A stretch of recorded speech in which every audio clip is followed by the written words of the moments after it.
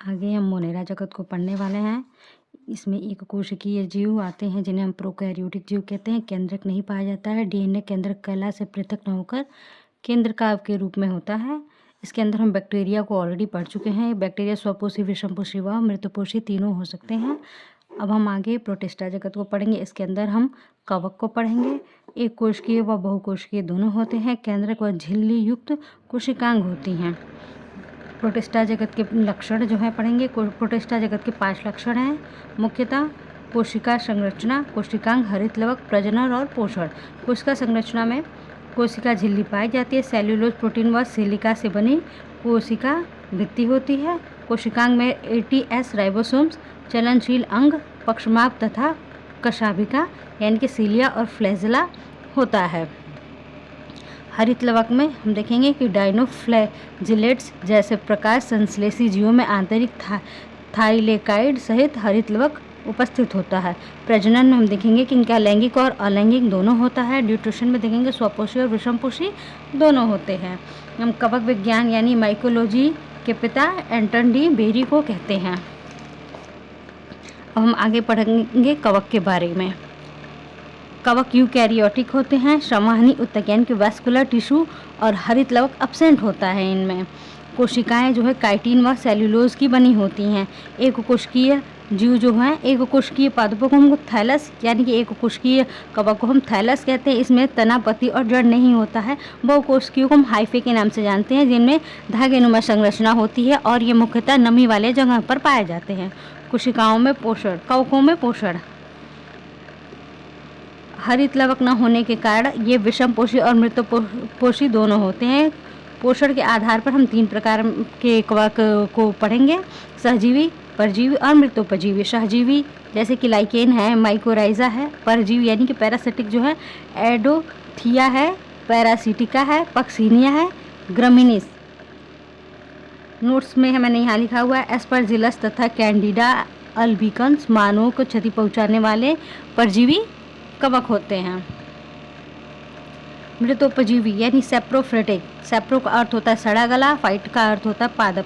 इसमें सेप्रोफिटिक वो होते हैं जो सड़े गले पादपों और जंतुओं से अपना भोजन प्राप्त करते हैं, जैसे कि म्यूकर, राइजोपस, मार्सेला मृतोपजीवी कवक कहलाते हैं। कवकों का आर्थिक महत्व। अपशिष्ट पदार्थों का अपघटन करने में कार्य करते हैं, जैसे म्यूकस, राइजोपस, मार्सेला ये सब मृतों से अपना भोजन ग्रहण करते हैं। अब भोजन के रूप में इनका प्रयोग किया जाता है। मार्सेला अगेरिकस, मशरूम आदि को हम भोजन के रूप में प्राप्त करते हैं। उद्योगों में हम एस्परजिलस पेनिसिलियम जिससे हम पनीर बनाते हैं। इस्ट का प्रयोग हम अल्कोहल का निर्माण करने में करते हैं।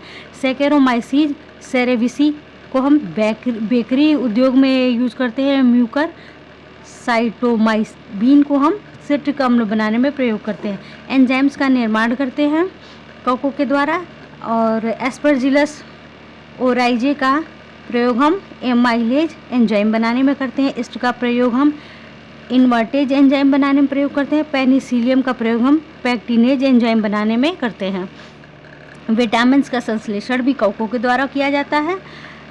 स्टेप्टोमाइसीज ग्रीसिकस B12 विटामिन प्रदान करते हैं। इस्ट विटामिन D प्रदान करते हैं। अस्बिया गैसिपी B2 प्रदान करते हैं। इन्हें हम एंटीबायोटिक्स का निर्माण में भी प्रयोग करते हैं। पेनिसिलिन, स्ट्रेप्टोमाइसिन, नियोमाइसिन, टेरामाइसिन ये सारे जो है एंटीबायोटिक्स के रूप में प्रयोग किए जाते हैं। अब हमें जो कवक से हानि होती है उसके बारे में पढ़ेंगे। पादपों में, सरसों में सफ़ेद कीट रोग हो जाते हैं। आलू में अंगमारी हो जाती है। चने में विल्ट रोग हो जाता है। जंतुओं में या मनुष्यों में फेफड़ों संबंधी रोग हो जाते हैं। दाद, नाखूनों में भूरापन, दिमागी बुखार। और पशुओं में एथिलीट फुट, म्यूकोमाइकोसिस, पेनिसिलोसिस इत्यादि जो है होते हैं। अब हम लाइकेन के बारे में पढ़ेंगे। लाइकेन को हम द्वैध पादप कहते हैं। क्योंकि ये कवक और शैवाल के परस्पर सहजीवी संबंध का परिणाम है। कवक शैवाल के मध्य यह सहजीवी संबंध हेलोटिज्म कहलाता है। क्या कहलाता है? हेलोटिज्म कहलाता है। प्रकाश संश्लेषण द्वारा शैवाल कार्बोहाइड्रेट का निर्माण करके कवकों को पोषण प्रदान करते हैं। लाइकेन का आर्थिक महत्व, ये प्रदूषक सूचक होते हैं, ये प्रदूषण सूचक होते हैं। भोजन के और चारों के रूप में भी प्रयोग किए जाते हैं। संश्लिष्ट रंगों का निर्माण भी किया जाता है इनसे। आर्किल, राक्सेला, लेकानोरा नीला रंग प्रदान करते हैं। औषधियों के रूप में भी हम इनका इस्तेमाल करते हैं। लोबेरिया पल्मोनेरिया तथा सेट्रेरेरिया आइसलैंडिका, ये श्वसन संबंधी रोगों यानी कि विशेषतः टीबी का जो बीमारी होता है उसके लिए हम इसका प्रयोग करते हैं, उसके उपचार के लिए हम इसका प्रयोग करते हैं। यूनिस्निया बर्बटा बालों की दृढ़ता बनाने में प्रयोग की जाती है। जेंथेरिया पेरिएटिना पीलिया के उपचार में। क्लेडोनिया ज्वर के उपचार में।